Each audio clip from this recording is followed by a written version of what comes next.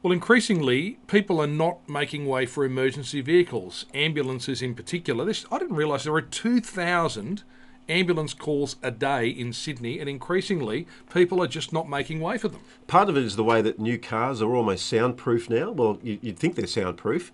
They drive along, they're not hearing the sirens. They spend a lot of money, the emergency services people, on new sirens, new light leading around the vehicles so that they can actually be seen a lot better. But here are people driving around in doof cars, driving around Sydney, completely cut off from the rest of the world, and they're not making way for these emergency vehicles. Now, there are penalties imposed.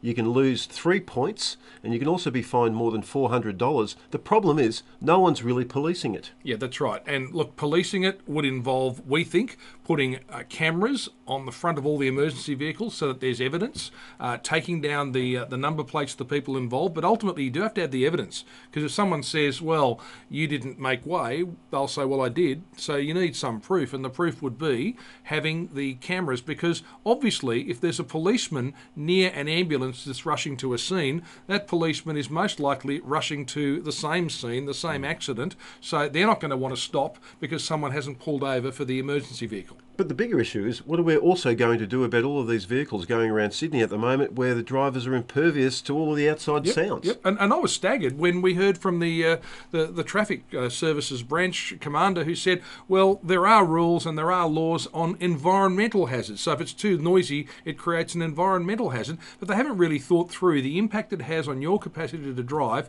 if you can't hear what's going on around you.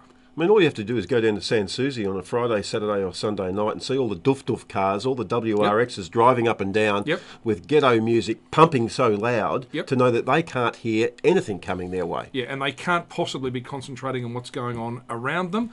That's an area that the government ought to be looking at. It's an outrage and it needs to be fixed. As you say so often. And I'll say it again.